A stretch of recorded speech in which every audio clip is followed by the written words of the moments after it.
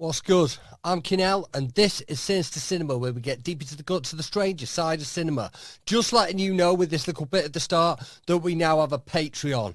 Sub up to that, and you can get all these episodes early and ad-free, so you won't even see this bit at the start.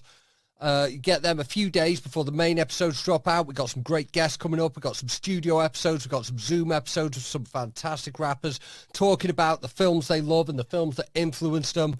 We got a lot going on there. Plus, you get some bonus content like film reviews, all that kind of thing. I don't need to explain this to you. You know what a Patreon is. But yeah, it's patreon.com/Kinell Sinister Cinema. So check that out. Peace. Yes, people. What's good? I'm Kinell, and this is Sinister Cinema, where we get deep into the guts of the stranger side of cinema. Kinell Sinister Cinema is brought to you by Forgotten Sons Apparel. Check them out at forgottensonsapparel.co.uk. Forgotten Sons Apparel is a York-based streetwear brand drawing inspiration from alternative culture, tattoos, film, classic TV and cartoons from our childhood. In our own words, if you like our stuff half as much as we do, then we like it twice as much as you. I'm a big fan of this brand and I love the guys who make it. They've supported me for years, way before I was podcasting. They supported me in my battle rap career. You might have seen me rocking some of their garms on Don't Flop and other leagues.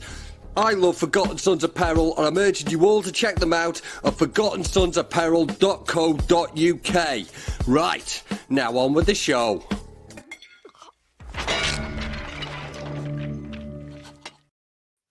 Yes, it is Kinell once again with the KSC Podcast. You know what it is. We are here. I've had a couple of recordings going on today. Got a fantastic episode for you dropping next week with none other than Master Logic himself discussing the movies, TV and radio career of Chris Morris.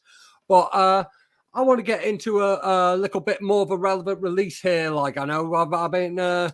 kind of going down the route of having my rapper mates on and not talking about films enough lately. So we're keeping it strictly on the horror thing today. But before that, I got to tell you about some gigs coming up. Now, I've just done a fantastic gig for Don't Flop, which went down at the weekend. I battled Danny Jack on a boat in Battersea. You can see that on the Don't Flop Patreon now. But coming up in a couple of weeks, on May the 20th in Bristol, we have April Fools. Yeah, we're back with another concept event. But this one, I'm keeping it horror. I'm battling a recent KSC guest, Gas Buff. And it's going to be a horrorcore battle. It is going to be all horror bars. And I've been working very hard to have something that could get the crowd popping no matter what the level. But I want to keep all that niche shit that I love so much. And I know you do too in there too. And we got a lot of big plans for this battle. It's going to be fucking wild. So yeah, you're definitely going to want to check that. But getting through to more recent releases. Now, obviously, recently did the Evil Dead special with none other than the homie Connor from Unleash The Ghouls, who've done a couple of brilliant videos, Easter egg videos and that kind of thing on Evil Dead Rise. I've seen the film. He obviously has been looking into the film very deeply, and since he is the Evil Dead man for this podcast, he's right here. Yes. Slasher. What's good? Hey, how are we, la? I'm doing mint, mate, as promised when I was here the last time running through the entire Evil Dead franchise. We're going to have to talk about Rise. 100% we're going to have to talk about it. But first, I will say, that Matter episode that you just shouted out there sounds like it's going to be a lot of fun because Chris Morris is fire. Absolutely fire. And get to April Fools, by the way, because April Fools is jokes. Like, it's a very fun vibe, very fun atmosphere. All concept battles, and there's a lot of funny concepts there for the lighter side of battle rap. So definitely get to them. So, Kinell, Evil Dead Rise. How many times have you seen Evil Dead Rise? I've only caught the one so far. I'm planning on going again this weekend. So I did twice because... so on Unleash the Ghouls, I've done a full breakdown of the movie in terms of Easter eggs and references to other movies in the franchise, as well as some other potential horror films that were inspirations. So I saw it twice, and I enjoyed it the second time more than the first. I think It's an interesting one because the whole concept of can Evil Dead survive without Ash kind of was done with the 2013 version, but can Evil Dead survive outside the cabin? I think it can. I think it can. I enjoyed this film. What was your overall thought? Like good, bad, mixed? I was a very big fan, enjoyed it a lot. Like, did a few things I wasn't expecting it to do. Kept kept a vibe that I felt really related to the whole Evil Dead ethos. Like, there was a lot of humor in it, but the humor didn't come from jokes. It came from the intensity and the ridiculousness of the situation, which is what I like to see in these things. Yeah, I absolutely agree. It did definitely have that kind of that comedic edge to it, but it wasn't as full on as it was in, say, like Army of Darkness, which is just a full on, like almost like a Mel Brooks type film, you know, the way it comes across. But what I really liked about it It's like its core. Oh, go on, sorry. Yeah, this is it. Like, I think like we've seen that the Evil Dead franchise can do the full spectrum of that. So it's nice to just find a good pocket that it can sit in. Yeah, definitely. It's kind of shown now that as a series, it can do a lot of different things. I mean, it's been able to do a lot of different things since Evil Dead 2 came out. So it's still evolving.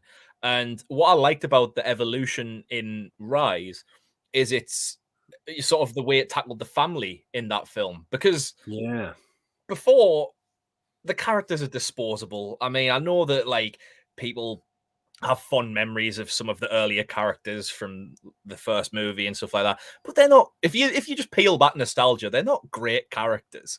They're just people who go and get killed for a bit, you know. Whereas at least in Rise, they've decided to go down the path of, all right, we're setting up this family. You've got a mother whose husband has sort of like left the scene. She's trying to raise 3 kids. She's struggling.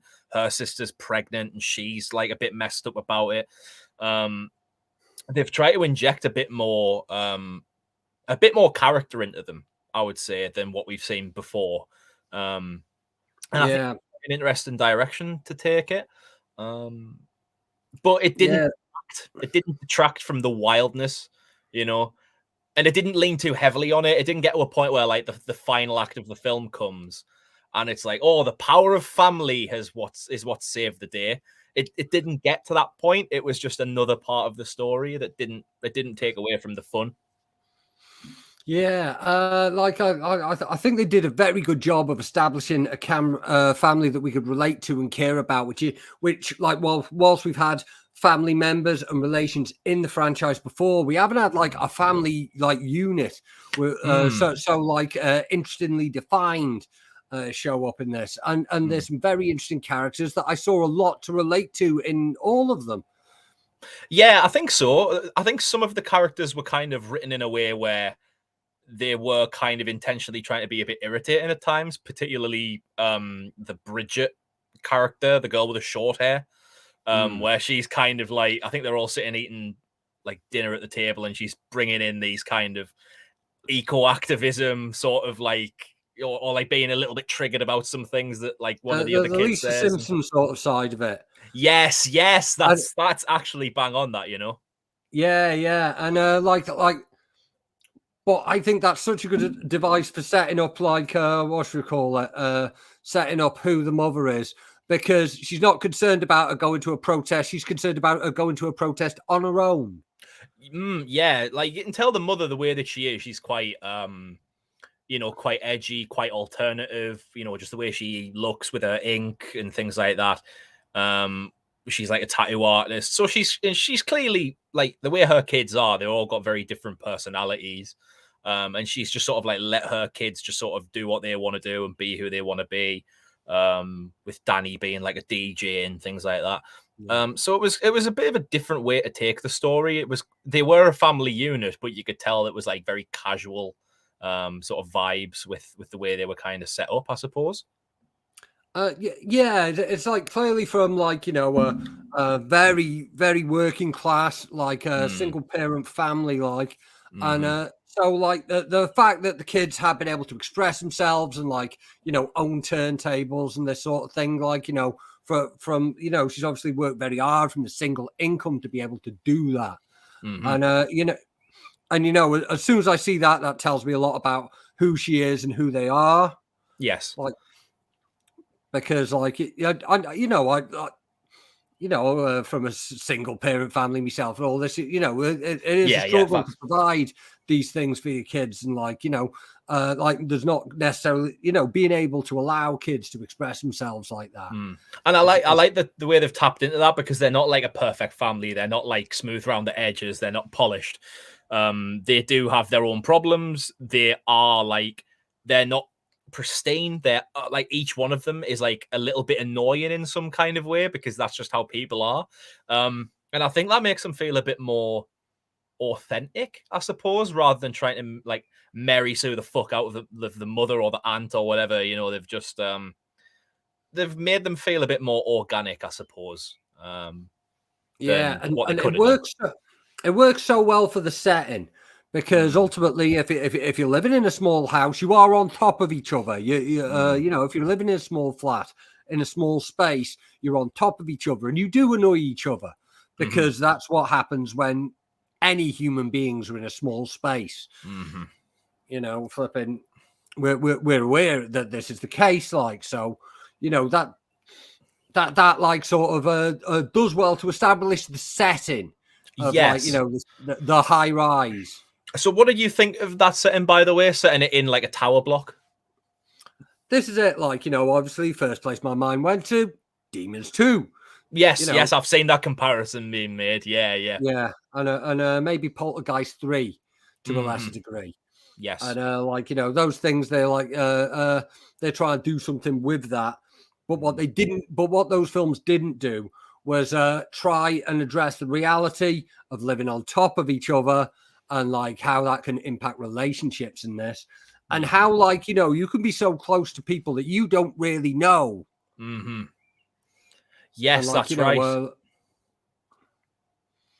That's something that's very like sort of, I don't know if it is difficult to get across, or if like a lot of filmmakers just not had to live that and never tried to get it across. I don't know, but I'm not sure. I get the feeling that the director of this one, Lee Cronin, who's an Irish director, you can tell that he's only ever made one other feature film called The Hole in the Ground, and I only just recently watched it in the build up to Evil Dead Rise, and that film is like a single parent situation with a mother and son, and there's a friction between the mother and the son, as well as supernatural forces and things like that.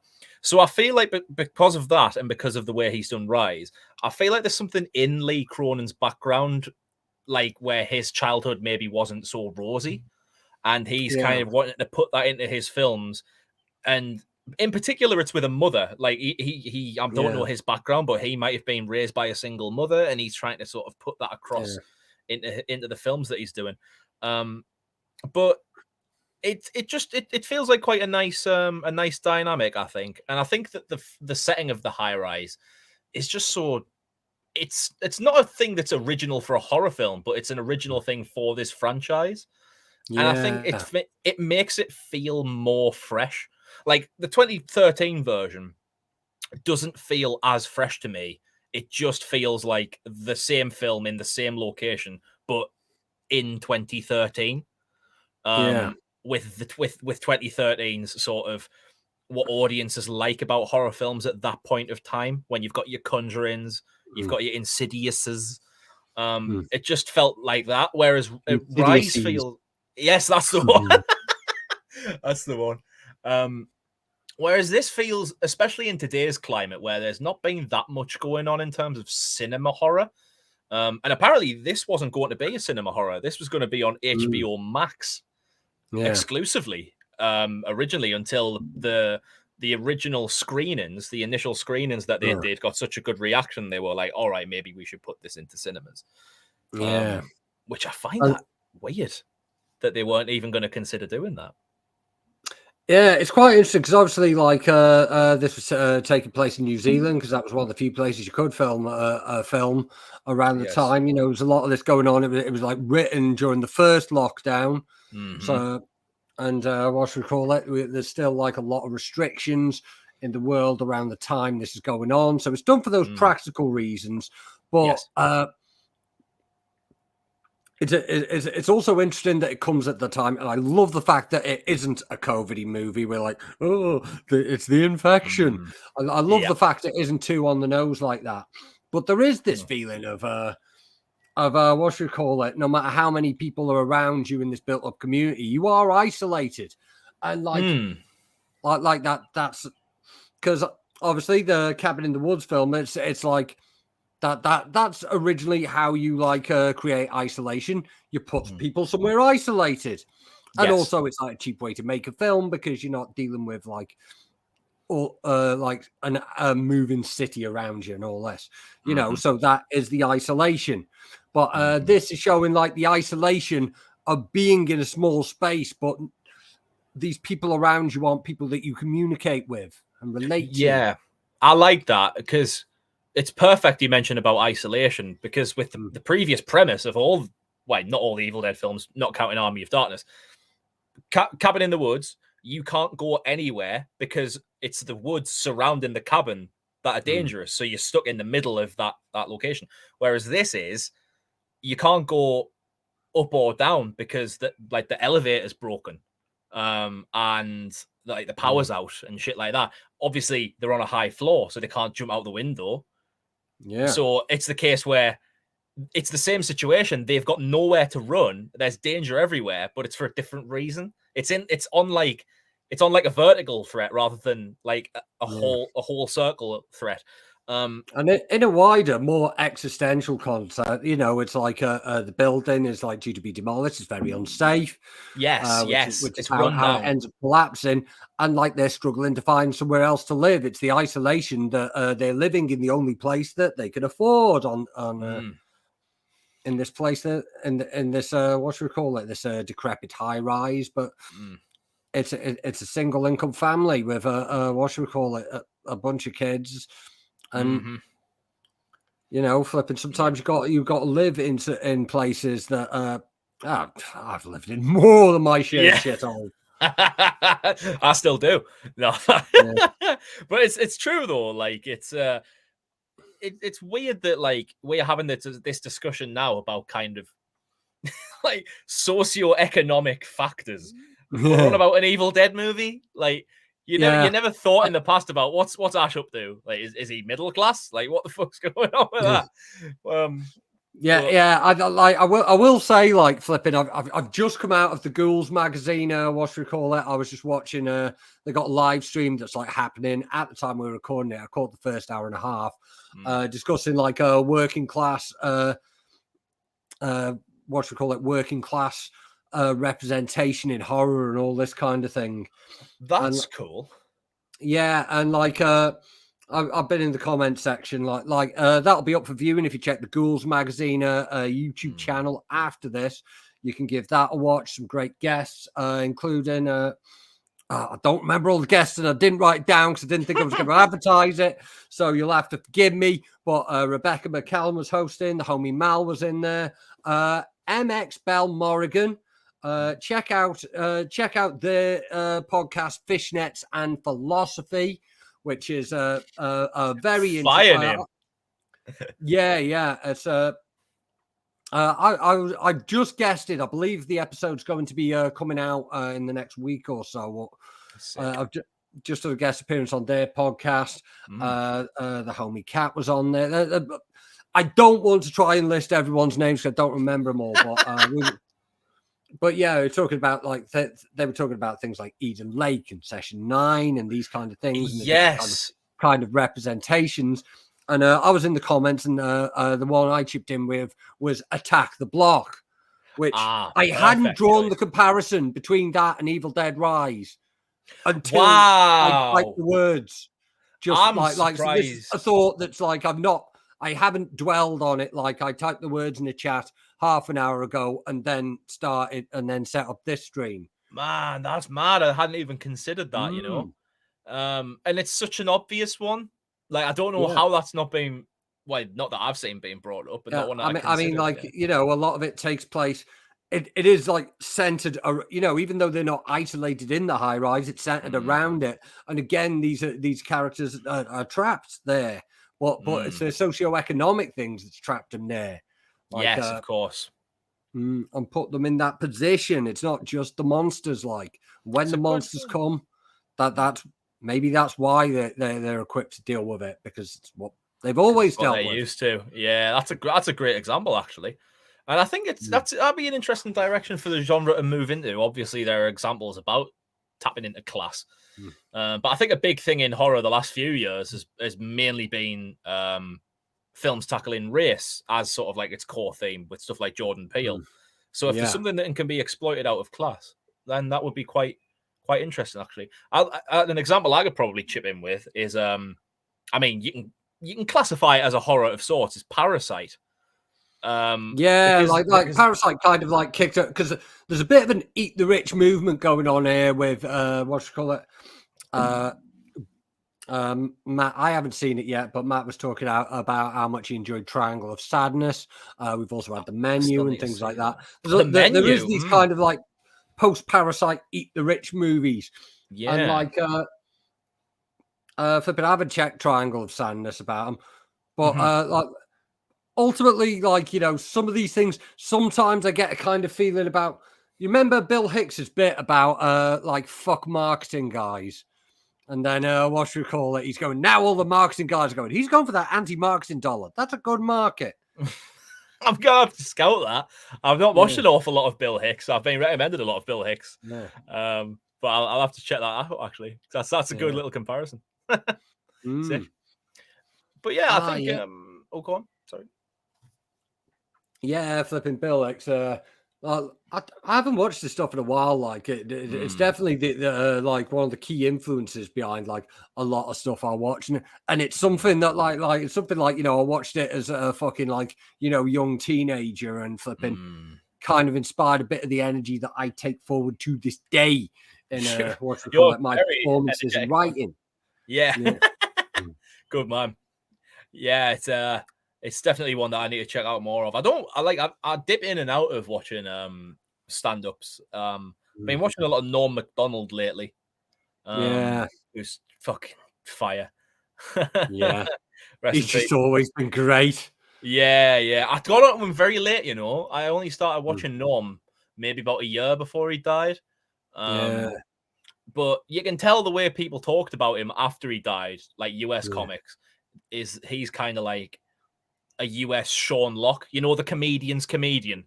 He was the guy. He was the comedian's comedian, but he was also really successful with it on the biggest shows and that. That's it. That's exactly it. Aye. But yeah, really fire. Yeah. Really fire. So yeah, Evil Dead Rise. Let's talk about it from like the Evil Dead fan perspective, like, because obviously you've particularly done a deep dive on the Easter eggs, like, but I mean, before even that, you know, as a long-time fan of the series, you know, you've seen all these things like initially, like how was the sort of a fan service aspect for you? Brilliant. I think that like it was really just nice to see it again and hear it again, because it is so iconic.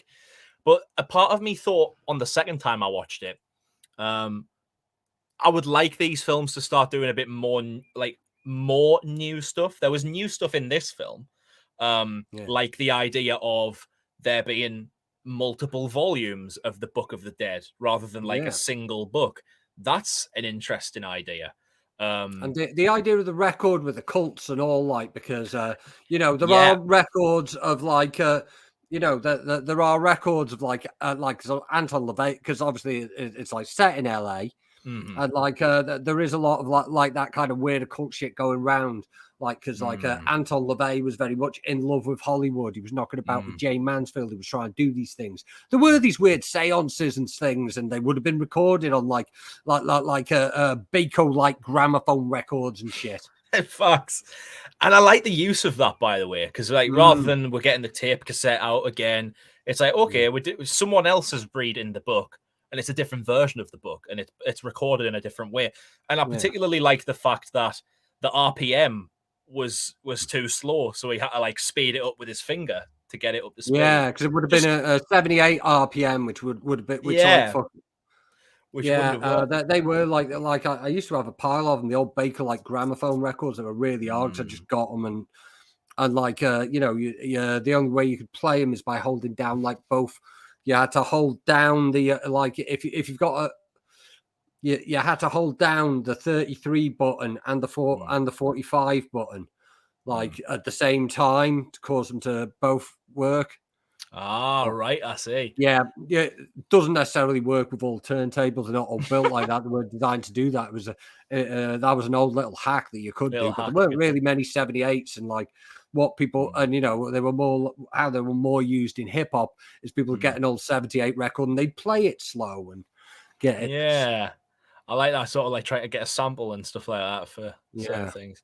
Yeah, that's fire. I really like that addition to the film. But one thing that I thought like would have been nicer, because I get the pro and I get the con, is the incantation that's read is the same incantation as we've heard before, the Kanda.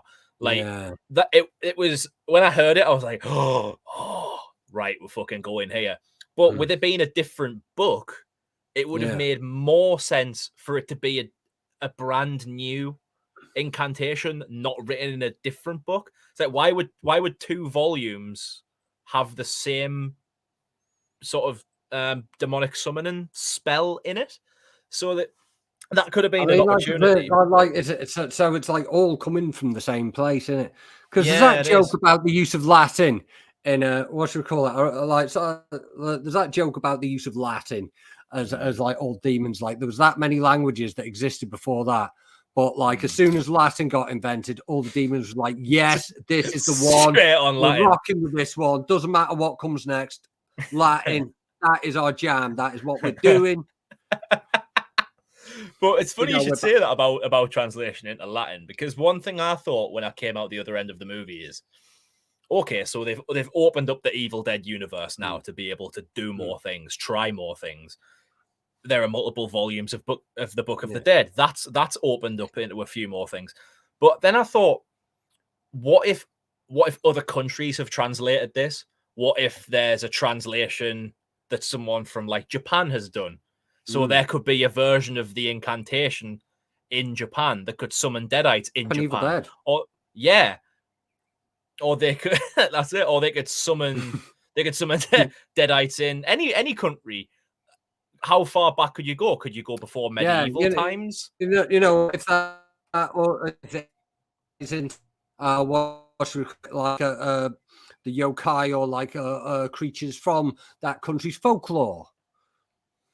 That's an interesting idea. It's less like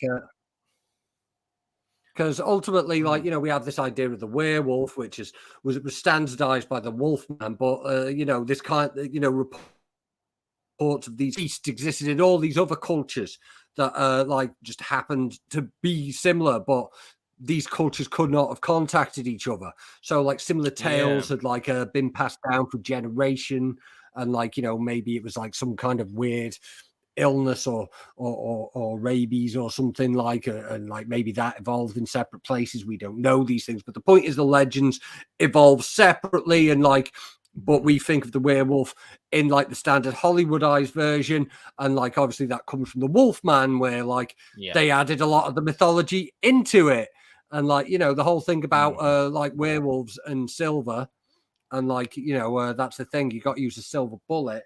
That doesn't come from any folklore. That comes from the guy who wrote the Universal Monsters 1930s Wolfman film, was a fan of the Lone Ranger, and his horse was called Silver.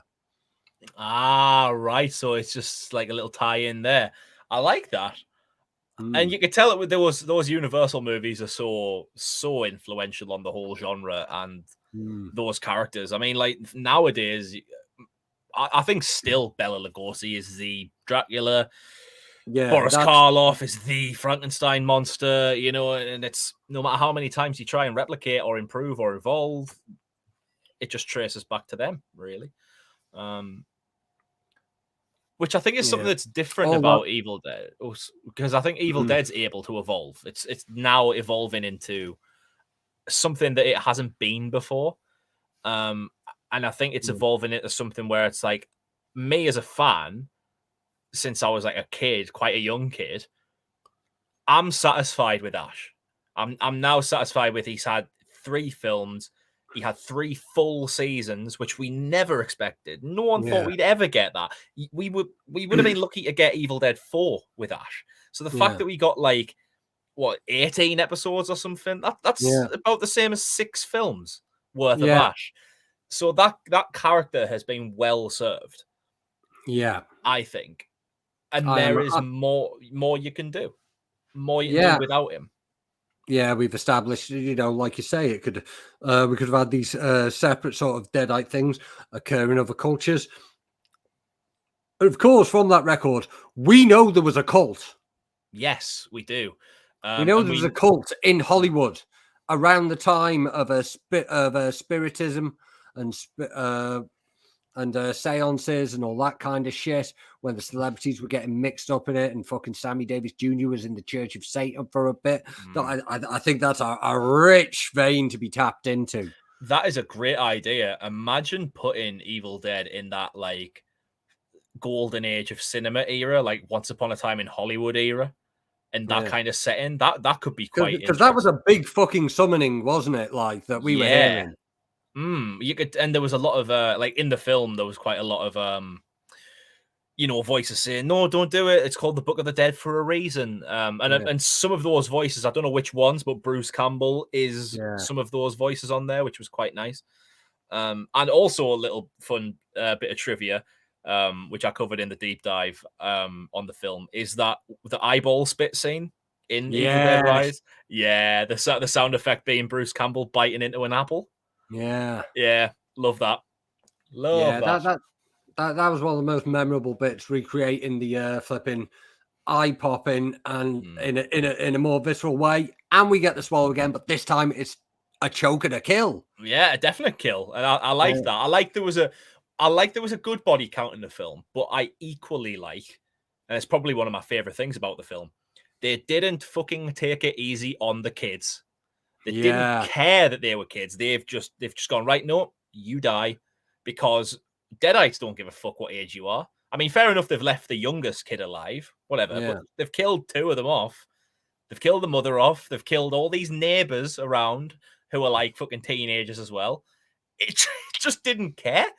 It didn't care, because Evil Dead's not that kind of franchise. Like, in theory, even though they all look about fucking 45, all the characters in the original Evil Dead were teenagers at high school, you know? So what's the difference here, really? Yeah, we haven't talked about the main character yet, but I'd like to segue into it by talking about one of my personal favorite bits of fan service, and flipping right. So at the start, obviously, our main character, who's like been working as a guitar technician, been on tour, and had trouble getting in touch for and all this, and like, we know these things. We've been on tour. We've been touring. And the first thing you want to do when you get back after some gigs, a lot of traveling, you know, just you want to get back to your own bed. You want to have a shower, and you want to have a scran. So they go out for pizza, and they get they get the pizza, which unfortunately doesn't make it upstairs. They don't get to eat the pizza, but on the pizza box, we get the slogan of this local pizza vendor, which is "Come get some." This is true. The classic quote from Army of Darkness. Yes. Yeah. You know, one of Ash's all-time bars. That is bars. That is a full bar. That's a haymaker. That is. Yeah. And did you see? Oh, go on. I think you're going to say. Yeah. Well, and And obviously, like this was something I was thinking about at the time, and like maybe I was a bit hungry at the time when it happens. But like obviously, like if we're in a world where there are these other Necronomicons, and so this is still within the world of the Evil Dead, which has got some like there's a lot of shit going on with the timelines, but you know it occurs in this world. But we certainly know that the characters are not familiar with the Evil Dead films. We're not going meta like that. So she hasn't heard the line, come get some. So when she threatens a dead eye and goes, come get some, she's quoting a pizza box right there.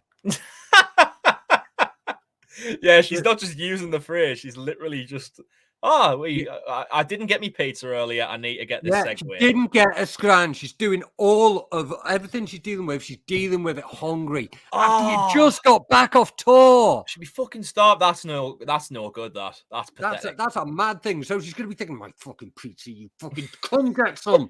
You know, that's worse than the Deadites. That starvation. Yeah. Fuck that. You know the real talk. You know, there's another. You know, there's an alternative timeline of this where they went to Mackey's instead, and she just pulls out the strap and goes, "I'm loving it." Bam. Yes, boys. Fucking buzzing with that. With the pizza, have it your way. With the pizza, by the way, did you notice that the name of the pizzeria?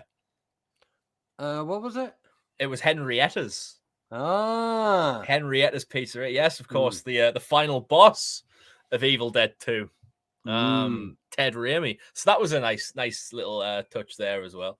And you can get those as t-shirts now. You can get the pizza box branding as a shirt, so I'll probably end up getting that at some point. But yeah, there's lots of great little references in there that I really liked, and you can tell Evil Dead 2 was the main influence out of all the previous entries, I would say. Yeah. So what do we think about Beth as the main character? So Beth, I think she was all right. I don't think she was the most interesting part of the film. I do think she was more interesting than Mia, who was like the sort of final girl of the 2013 version. And now people have been sort of saying, could Mia and Beth team up in another movie, perhaps? She was okay. I don't think that the whole her being pregnant subplot really went anywhere. It was just a part of the film and sort of the reason for her to meet up with her sister. But she had some cool moments, and I guess, you know, in these kind of films, the most important quarter for an actor to hit is, do they look cool covered in fucking blood? And she does. Yeah, the answer's there. She looks cool covered in blood, like fucking. I'm believing it when she's fucking. You know, I'm believing that she is killing these fucking people. I'm believing that she's fucking. And that she knows how to fix things, how to repair things. She's got this electronic knowledge. You know, she's worked with her hands. She's dealt with her stuff. I'm believing this is someone who can fucking. You know, this isn't some like what should we call it? Like privileged. Never had to lift a fucking finger, but for some reason is just murking off all these demons. It's not one of them. I believe it. I believe she hasn't had a fucking tea and she's not happy about it and fucking not gonna hear about it. Yeah, she by the way, this particular like take is brought to you live by the fact that last Saturday I was I was trying to get home from flipping Don't Flop. I was on the same train that went viral with Rylan on it, trying to get to Eurovision. Yes, yes. Same train, man, and it was an ordeal, man. I was flipping like. I won't go into that. You look up a Ryland train. You'll find it. But I was on that train, and like what's it called? People saying slow news day. It was a slow everything day. Yes. I was on that train. It was real out there. Oh yeah, we can't be going into too much depth with that. But that was some savagery. That was. Yeah. If I was on a train with Ryland, I'd be off next fucking stop. Can't stand that cunt. But I know fucking no. I'm Team Ryland now. Like your team. We've been through the same thing. Yeah, we're fucking trauma bonded. We're two survivors. We are Beth and fucking whichever the little kid one was. I fully get that, like in terms of group survival, because I'm a big Enter Shikari fan, and I went to go see Enter Shikari once in Newcastle, and the plan was they were going to do their main set in the main room as the band, and then after that they were coming upstairs to the little room and doing a DJ set, and they were going. It's quite on topic. This actually, they moved from the main room to the above room via a lift, and the lift fucking broke, and so the 4 band members plus about maybe 5 or 6 other friends or something like colleagues were just stuck in a lift for about 6 hours, something like that. Yeah. While upstairs, the whole fucking room is just waiting for them bouncing to the previous DJ on, and they're just fucking trapped in a lift for hours and hours on end. I've got a similar story that's like kind of related to stuff I know, but that is not going to be on this podcast. Like, if you join my Patreon, that like certain shit that gets said on this pod has to stay paywalled. We had the Boski episode, which was very funny recently, and then me and Boski did another episode because we were absolutely steaming at the end of it, and we just literally couldn't be arsed walking from the studio to town. So we carried on drinking in the studio and recorded another podcast and said a bunch of shit that can never leave the paywall. Oh, ever. My days. Yeah, there's a reason to get yourself to Sinister Cinema's Patreon. Yeah. We're going to be popping up in some other podcasts on the back of it, because even though I've got very few patrons, word spread. It certainly does. Shout out Boski as well. Yeah, man, absolute legend. Big guy. May have done his last ever UK battle on a Saturday. I've heard that. Yes. Yeah. He's more than earned his rest, has our Boski. Yeah, doing it a long time against a lot of people. So respect to that. So anyway, back to Rise. So I'll move it on from Beth, and I will ask you what you thought about Ellie, the mother of the family. Now here we've got something interesting, because like, you know, she is like the central antagonist as a Deadite and all, but we really established like so early on like that she is like holding this family together, and like the single parent family. She is the single parent who is dealing with these incredible stresses, but keeping her family together, and like, you know, being this loving mother who allows them to express themselves. And like one thing in it is obviously the character Morgan Davis, trans male, and it's never referred to in the movie, because it's almost like we were talking about, like, you know, you do need that form of representation, you do need it, where it's just not a plot point. And like, you know, that's something we saw in Evil Dead Rise. See, I didn't even clock onto that. So is that Danny? Is that the Danny character, or is that the Bridget character? It's Danny, who is transgender male. Oh, right. So I didn't even clock that. I thought he was just a bit alternative with like his ear piercing and stuff like that. So that's cool. That's cool that they've like been able to put that in the film without like, look at this, we've ticked the box. Just comes across as natural. It's something that I didn't know until I read about it after I'd seen the film. So I thought, that's some fantastic representation, and also adds more about Alyssa Sutherland's character as this mother. Mm-hmm. And so the idea of her turning and being the central antagonist, because it's something that we've seen. If there's a theory about the Deadites, is they will fuck with you. And like, they will prey on your fears, and they will try and confuse you. And having the mother doing that is like so powerful in that. I agree. And that's one of my main things why I just love the Deadite as a concept. It's not like the silent killer, like a Michael Myers or a Jason. It's not like, I don't know, it's not like a mindless zombie just coming in for the kill. They mess with you in so many different ways. They hone in on your insecurities, and they kind of weaponize yourself against you. So they're like really calculating, but while mixed with being powerful zombified beings. It's almost like a cross between like a Romero zombie and Pazuzu.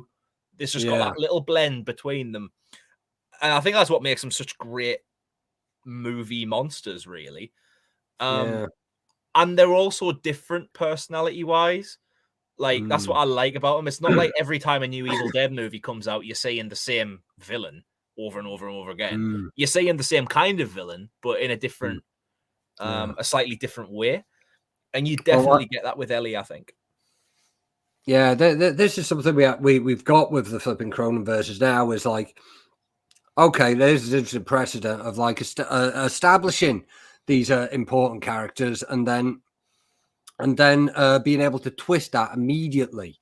You know, we haven't had the same kind of characterization with our first Deadite of the film or whatever.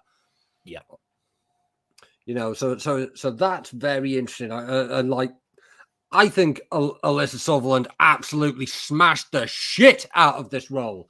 Absolutely killed it. Been seeing like videos of on Twitter doing all her old crazy stunts and all this kind of thing. I'm like, yeah, she is about that life, and I respect it. Yeah. One thing I will say, this is something, because I've been trying to get my one thing. If you only know him from Unleash the Ghouls, you might not know that Connor's impression game's pretty fucking tidy. Oh, wow. Haven't done that in a while. Yeah. He's pretty nice with it. Like, and like, I was trying to do the voice, but on a Sunday, trying to figure it out because I wanted to make a little video for Instagram. But I couldn't get the voice right, primarily because I've been screaming on a vote, but also because I'm quite shit at impressions. What's your Marge Simpson game like? Oh my days! I might have to get closer to the mic. I've not tried this ever, so I'm just gonna try and fucking do it. Because I was trying to nail her. Mommy's with the maggots now. Oh, do you want Marge Simpson as the maggots quote? Do you? Yeah. Let's have, hey homie, mommy's with the maggots now. Right. This is not going to be a guaranteed 10 out of 10, by the way. Yeah. Oh, homie, mommy's with the maggots now. that was more like Pennywise towards the end there, but fuck it, I've never done that before. Sick. I think if you like maybe dropped it an octave, then like maybe depressed Marge, then I think homie. That's more like fucking Patty and Selma. That it's cut him a check and get him the hell out of here. Well, I don't know. I can do it as Maggie. He's fucking parasites. She had some great quotes. Yeah, that's one thing about. She has some bars. Mommy's with the maggots now is so, since the trailer came out, that's just become one of those that is an all-time great horror film quote. Yeah, she's got some great parasites bars. Titty sucking parasites bars. I mean, you know, you do get your throwback ones like I will swallow your soul. We've heard that before. Yeah. Dead by Dawn. We've heard that before. But yeah, I think there were some really nice lines in there. Both humorous and badass. But I totally agree. Like she was the highlight of the whole thing. I think her physical performance, her facial expressions, the way she carried herself, she was. I don't know if this is going to sound sacrilegious for an Evil Dead thing, but possibly the best acted Deadite. I will agree with that. I'll agree with that. Like flipping, this is. I think so. Because of like fucking because of her performance, like the fucking like the sort of cruelty of like the manipulative fucking actions of Deadite Alyssa Sutherland is that I feel the cruelty of what the Deadites do, of what the Evil Dead, what the Deadites are doing, so much more as a result of that. Like it's so much more impactful to me. Got a great face as well when she's made up. Yeah. Like her sort of ear to ear. Still kind of fancy her a bit. Not gonna lie. Mate, that's not a problem. That ain't a fucking problem. I will let you have that all day because you've earned it. Because you work hard on this podcast. But I've been grafted. I've been suffering. I've been fucking on a train with Rylan. It was fucking hours late. Didn't have me tea. Like fucking fucking. That's it. You've just got back from tour. Yeah, man. You've been on tour. Real out here. Trauma bonding. I'd say, just to jump in, is one my favorite part of Alyssa Sutherland for the whole film is it's such a subtle bit where she's just changed and she's got the shard of glass. She's walking towards Beth with the shard of glass, and she kind of does a quick little like jump towards her, and Beth like goes like, huh! and she does this little laugh where it's like, haha, I got you there.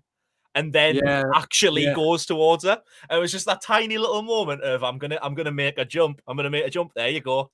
Right now I'm going in properly. And it was just it's that manipulation in it. Like it's like you don't know what's gonna happen next. Yeah, like I am fucking with you mentally. Yeah, like it was jokingly done, which played into. Yeah, it's a police tactic, isn't it? It's an intimidation tactic. I'm not going to hit you. Yes. Yeah. I got you there, but now fucking wait for this. Now I'm actually doing it, and I just think that was such a tiny, brilliant moment, which just fit so well. What did you think of the big family deadite, like in the car park, where it's like all three of them joined together? Yeah, the kind of like a sort of society shunting kind of thing going on there. Yeah, like, I've heard society mentioned. Yeah, it is one of my favorite films. Like pretty much, we want to talk about Eat the Rich films and like rich people fucked up. Like Society is the template. That is the one. Mm-hmm. Great fucking body horror in that film. Incredible piece of work. I think it's an underrated film as well. It's a film that horror fans really, really love, but it's not a one that people often speak about when they're just sort of casuals. And I think it should be watched a bit more, especially with its kind of, I don't know, like deeper meanings and sort of themes and stuff like that, kind of appropriate still. It'd be a really good time to bring it back, like like while we're on this like flipping Eat the Rich horror thing, and like flipping, it'd be a good time to bring back Society, like sort of post Epstein. This is it. We know that like rich people do have these fucked up meetings and like do weird shit. That's what they should do. They should do fucking the rich, the horrible Epstein cults and shit like that, and the Savile cults. Get them to summon the deadites. And then the deadites will be the good guys. Maybe that's what it was. We know about Bohemian Grove and all that. Where like all these rich people would meet and have a little camp and they do shit and they'd flipping like burn the fucking wicker owl of Moloch and all this kind of thing and do all this fucked up stuff. And how much of it was how much of it was fucking some kind of ritual, and how much of it was just doing a bunch of fucking shady shit. And maybe that's their little fun fucking cosplay thing to do. But not like there's a history of the elites having these kind of like secret societies where they do this weird shit that runs down to Bohemian Grove and like runs right through to Little St. James Island. Like this is something grounded in reality, and we have these offshoots of the Spiritism and the the Church of Satan and Anton LaVey and all this. And we know that that's a similar kind of environment where the records would have came from. This is, just by having that, the seance, like have more than one guy reading, translating some shit. That's opened up an infinite amount of world building to me because of that, because that's what it stuck in my head. That's what it reminded me of. I've read about these things. To your knowledge, has there been kind of like any horror movie really that's tapped into that history, like directly? Because if there hasn't, and I've just ignored it from being ignorant, that is a fucking great topic to explore in a horror film, because it's real history. And maybe the fact that a film like that hasn't been made or financed or whatever is because of, not to get conspiracy wise, but the people who fucking pump a lot of money into movies are the kind of people who are from those groups. There have been a couple of lower budget films that both kind of like sort of took influence from both the reality of Epstein and more sort of fantasista, QAnon, the sort of QAnon shit and like Alex Jones territory. That one's a very good film, a very interesting film that is very underrated, called The Pizzagate Massacre. I've heard of that. I've yet to see it though, but I have been made aware of Pizzagate Massacre.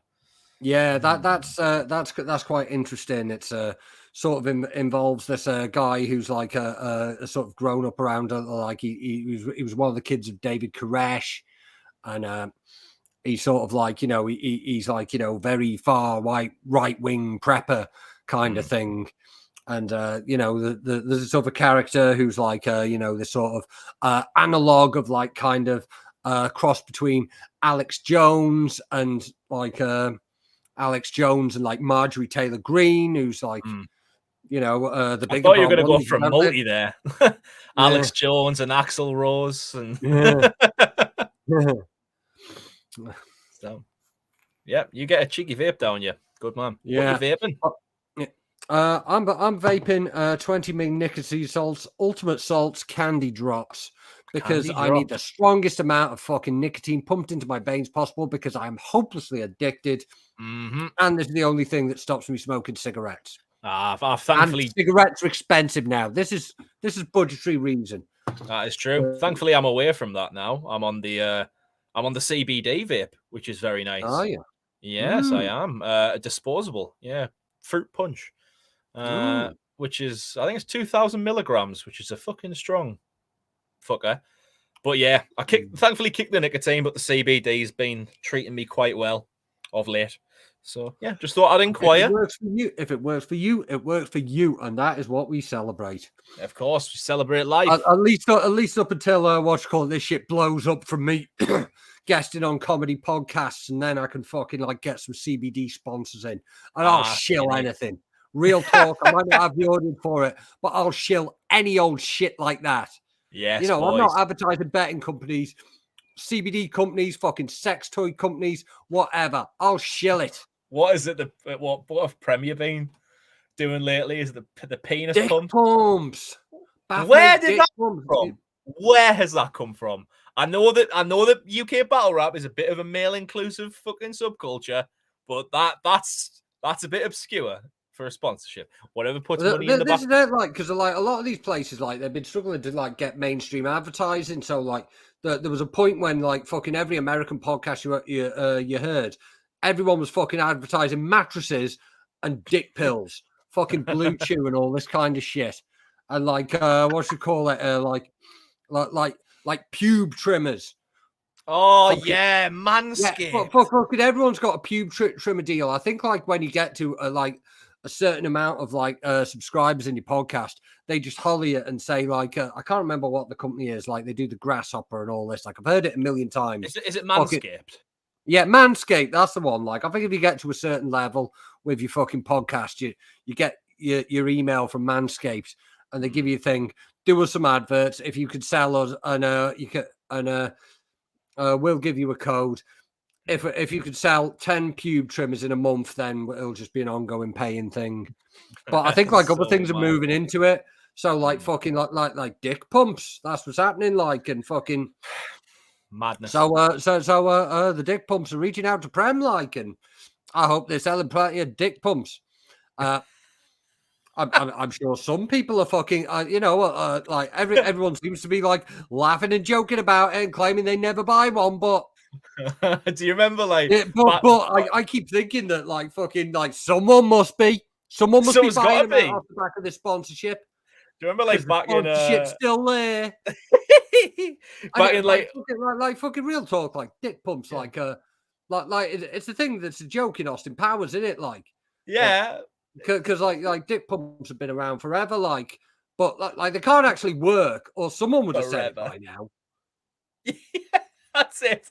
If they were proven, like everyone would have one. Yeah, it would be a household appliance, wouldn't it? But it's so funny that it's like a battle rap thing, because like back in like old Don't Flop days, it was like, right, the winner of this battle is going to get this sick like pair of trainers that we like they're on the line and they're worth like 150 quid. Yeah, custom one of one snapback. Yeah, that sort of shit. Now it's like, if Yeah, you you're body this battling for the fella, dick pump, lads. everyone will just choke 3 rounds. They don't want it. They Yeah. don't want that shame on their head. Literally on their head. Yeah. But, The fucking the last thing I need is a fucking dick pump. Inflation is causing me enough problems. Cost of living crisis. Which brings us back to working class representation in horror, such as in Evil which Dead brings us back to Evil Dead Rise. Hey! Was there is there anything more to say, I wonder? All right, so this film's got quite a few little particular moments, like sceney moments. I know that a lot of people talk about the cheese grater moment as being like a big thing. I wish I hadn't heard about the cheese grater moment because I visualized a much gnarlier cheese grater moment. So I did feel like the cheese grater moment was a bit of a letdown for me. Like, but that just says a lot about where the levels of this series are, that you can drag a cheese grater up and down someone's fucking leg. Like they're just bad at shaving their legs and fucking like all that shredding. I'm like, it's not enough. Yeah, so because of it being a thing before the film, and even Cronin has a fucking tattoo of the cheese grater on his body now, I thought it's going to be bigger than what it ended up being. I thought it might have been a face, like scrape it down the face or something like that. Not just like on the back of the calf. It was quite... obviously, it's not tame. It's fucking horrendous. But in relation to Evil Dead, I think even in this film, I think they did a lot with some of the injuries and like some of the pain for that to be things that are relatable. Like it's that detailed thing. It's nails, it's teeth, it's eyes. It's like shit. It's like, ooh, that hurts. So the one that got me the more, made me go like, ee! Was the glass swallowing. Yeah. Flipping, what should I call it? That was all that just a couple of weeks ago. Like I copped the serpent and the rainbow. Still need to see that. That's Wes Craven with yeah. Is it Robert Englund? It's Bill. It's one of the Bills. I think. Bill Hang Paxton. on, I'll grab the cases. I get him and Pullman mixed up. I see what you mean. Yeah. It's one of them. Here we are. Wes Craven's The Serpent Maybe Don't Bury Me. I'm Not Dead. With Paxton. Bill Pullman. It is Bill Pullman. It is Pullman.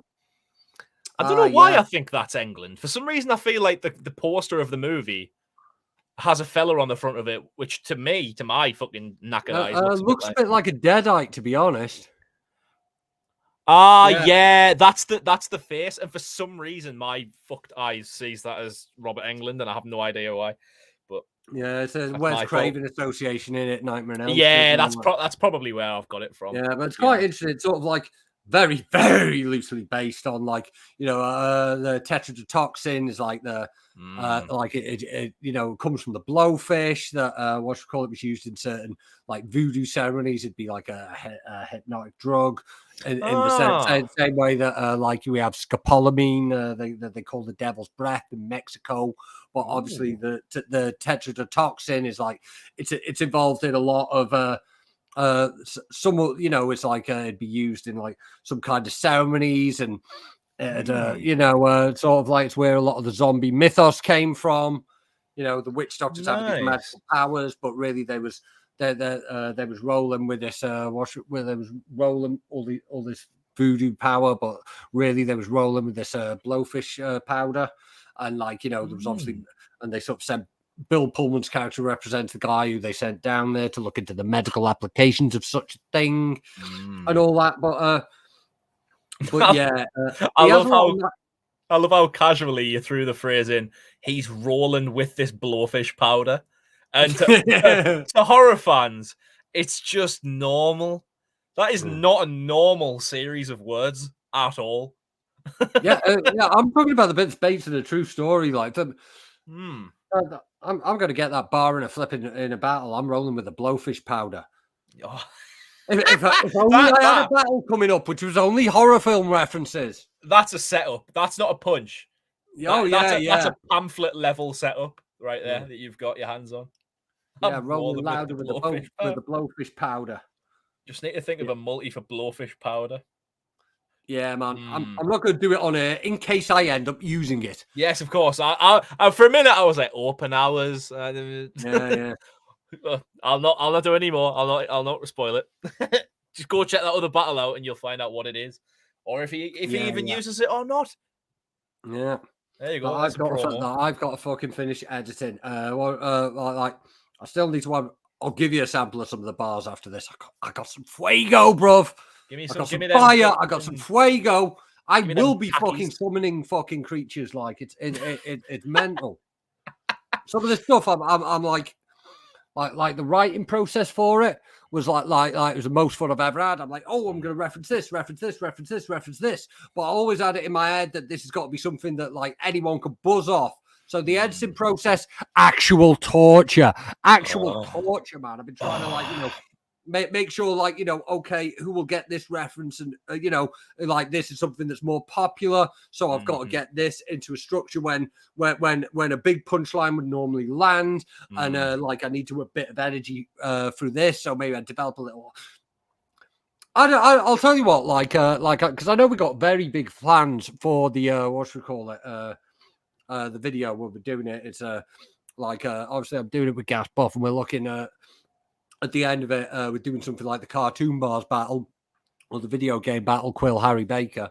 So we're looking at doing something like that with the video. When we got a few ideas. You splice to the clips of the bits you're referencing. Yeah. So I wonder if you want to come back on around the time that we're releasing that, and we'll have a little bit of a breakdown of that. Maybe I'd be happy to, mate.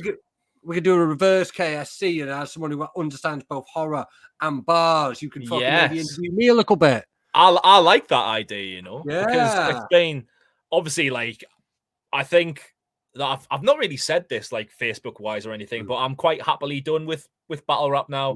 It was really enjoyable doing it. I did it for about 2.5, 3 years, did about 15, 16 battles, and I enjoyed it. But obviously it's a case now where a lot of my spare time just goes towards YouTube. So prepping a battle for a full month and shit like that.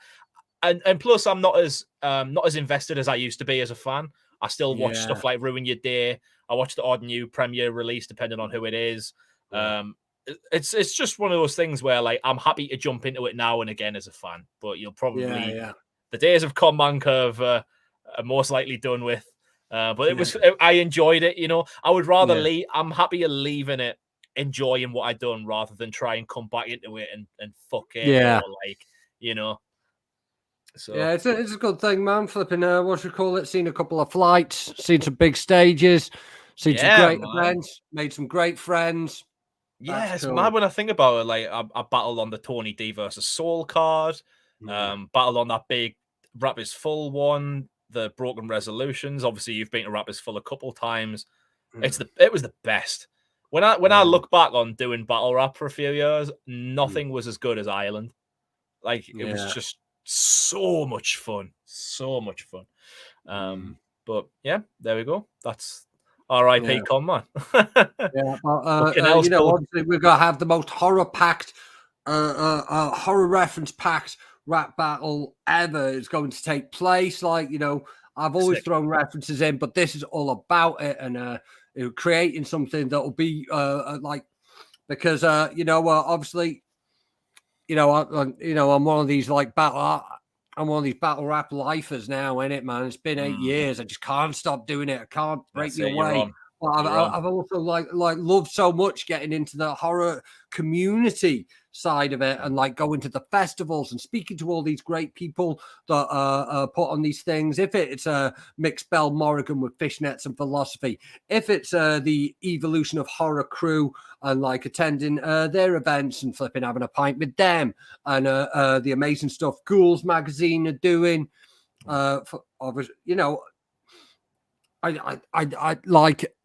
It feels like the best thing I could do is just try and channel these weird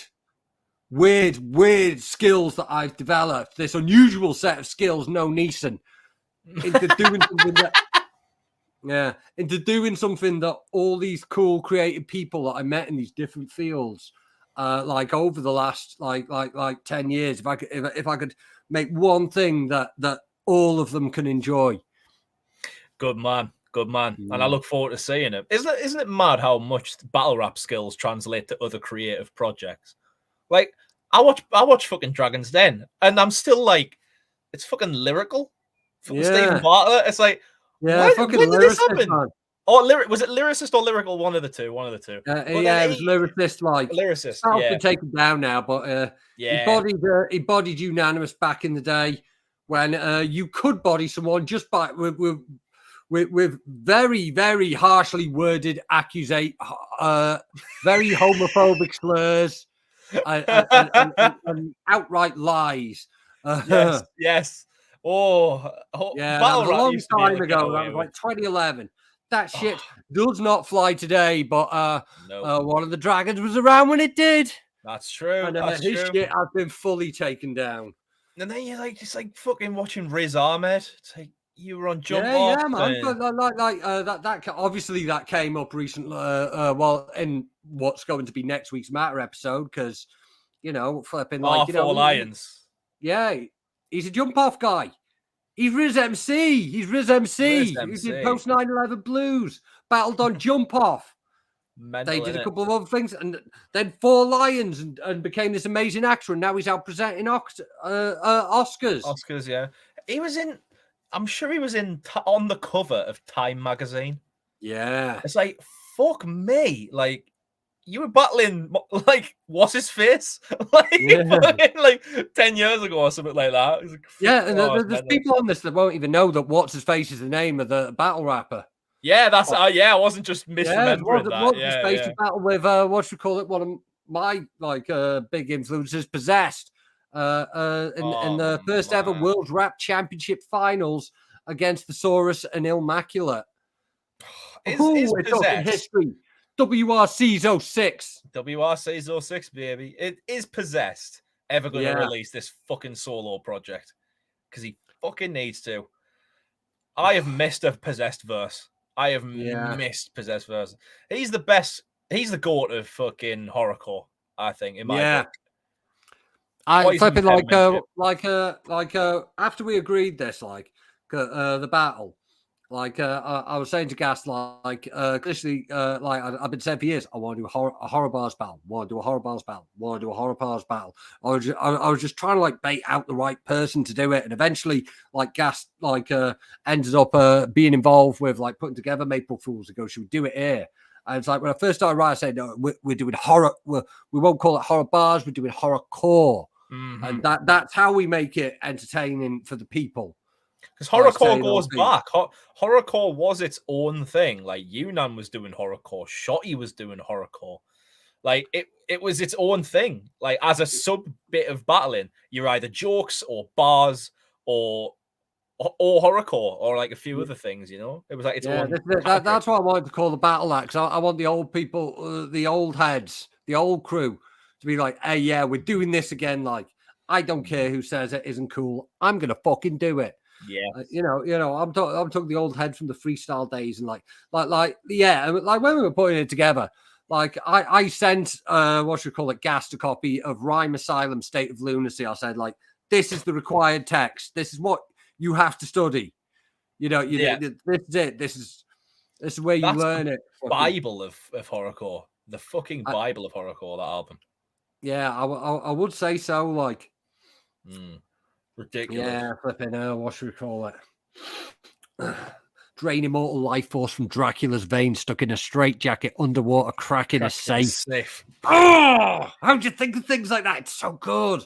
The imagery from that is I love it so much. It's fucking master degree burns after a heat stroke of genius. Yeah. Ridiculous.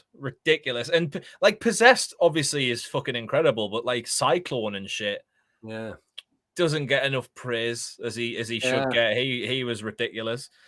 A poison penmanship. That's the lunacy. Well, starts off with the the Christopher Walken quote from The Prophecy. Yeah, I turn cities Cities into into salt. salt. Even when Yeah. I feel like I rip the souls from little girls, and from now till kingdom come, the only thing you can count on in your existence is never understanding why.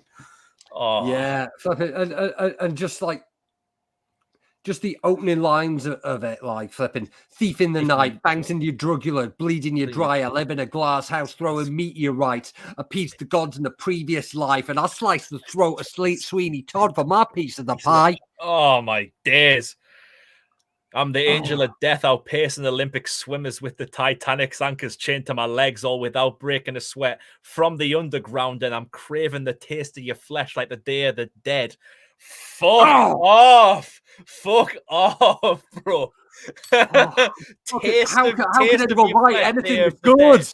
I know, absolutely ridiculous, man. Oh, I love being able to like word for word that track. It's absolutely my favorite written rap song. Just bar for bar is right up my street.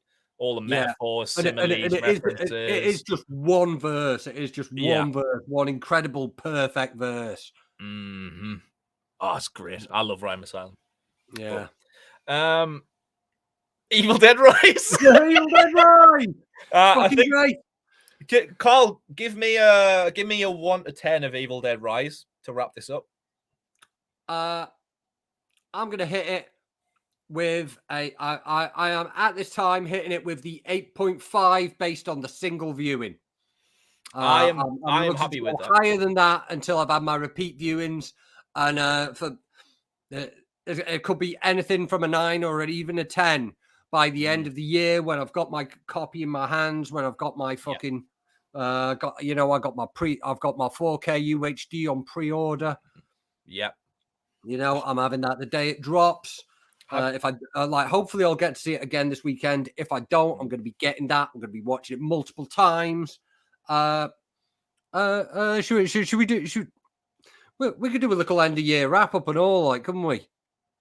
What for, like, best of 2022? 23. When we get there. I thought you meant like let's do one now for the year we've just had. Nah, man. It's right. It's a year already, man. I'm rocking it. Flipping like I haven't been to the cinema as much as I like, but when I did, it was Evil Dead Rise and Infinity Pool, mate. The levels are high. They're strong this year. Mm-hmm. There's some strong releases. Megan was this year. Megan was fun. Yeah. All right. End of the year. End of 2023. Well, we'll do it, I suppose, the start of 2024. We'll do what about our top 5 releases in 2023, something like that? Yeah. Bounce through that. Yeah, I'm cool for that. It's incredible because, I could probably write a fucking pretty solid top 5 now, and they'd be absolute bangers. we haven't even had one film announced from Fright Fest, and how much came out of Fright Fest last year? A lot came out of Fright Fest. There's another thing that I need to do. I need to start going to cons because I've never done a horror con or anything like that. And now that I got a hotel booked for fucking Fright Fest. Fucking I'm dealing through times of like great poverty in my personal life right now because I've dropped like 1,200 on vet bills with Dillinger, who is surviving, healing. But what you call it? We'll still be having Dillinger around for a long time to come, hopefully. Perfect. My fucking holiday budget not around so much, but I've got my fucking Fright Fest shit booked. If nothing else happens, if I continue facing disasters, I will be at Fright Fest. Well, I'm watching all the shit this time, and this time I'm on prescribed ADHD drugs. I'm watching all the films. I'm probably still gonna be in the fucking Imperial half the time, banging. Of course. But real talk, that's all part of it. That's all part of the fun, mate. So therefore, if you want Kinell to have a good time at Fright Fest, as he's deserved, putting in all his time with all his guests and putting the show together of Sinister Cinema, get onto that Patreon and you can sponsor Kinell with a couple of quid here and there for him to go and get maybe half a pint at Fright Fest. Yeah. London prices, baby. Fucking ridiculous. Yeah. Ridiculous. I saw something today that someone went out of Brixton and got 4 pints and was charged 42 quid Fuck me. because of the pints being around 9 to 10 quid and then a service charge on top. Apparently, I don't know the ins and outs of that because I've only been to Brixton twice. But it's one of those. I've been to Brixton a few times. I'm aware those places exist, but like my what should we call it, northern hypersensitivity, like lets me know, like I fear, like my expensive pint senses tingle. It's horrible, isn't it? More than 4 quid a pint, get fucked. And that's for the good stuff as well. Once you've experienced enough Wetherspoons, you cannot accept anything higher. Yeah, and my independently owned local is like £3.70 a pint. The Grosvenor, which has the better beer garden, fucking broke the barrier quite recently in the last budget. £4.10. No. I'll take a £4.10 if it's not. It's not the end of the world, but flipping like when a pint goes up and it costs some amount of pounds, 10. Like it's not like I think you've already like hit the sort of initial barrier of making it the 4 quid, but seeing the 10p just knows it's going to keep going up. It's a warning shot, isn't it? It's like, this is it, like the inexorable march of progress, inflation, which is why I don't need the dick pump. Do not need the dick pump in my life. No more inflation for me, please. Certainly not, because pints that are less than 4 quid do the job anyway. They get me rock hard. Damn right. Yeah. Well, we've gone down a dark hole here. We've gone down a dark hole, and we have not found the Necronomicon. This is behind the paywall now, eh? So it gets darker than this behind the paywall. So we'll wrap it up there. But of course, we shall. Connor, let the people know where to find you and what you want them to get eyes on. Right, get eyes on, please. Unleash the Ghouls on YouTube. Yeah. It's a YouTube channel where myself and a couple of other lads, we review horror films, we analyze certain horror films, some more lighthearted, some a lot more deeper and disturbing, just a sort of variety channel for horror films, really. And that's doing well. We're nearly up to 31,000 subs. Woo! So that's lovely. I'll go there, please, and support. Yeah. But don't support just me. Support Kinell as well. Because I want Kinell to get a 31,000 subs because he fucking deserves it. That's what I want him to get. Yeah. Only 31,000 to go. I'm giving you already here. You're the cool kids. I love you for it. Early doors. Well, okay, yeah. We'll wrap it up there. This has been the KSC Podcast. Thank you again, Connor. I'm Kinell. Peace. Peace. Where's the goddamn cursor? And we're out.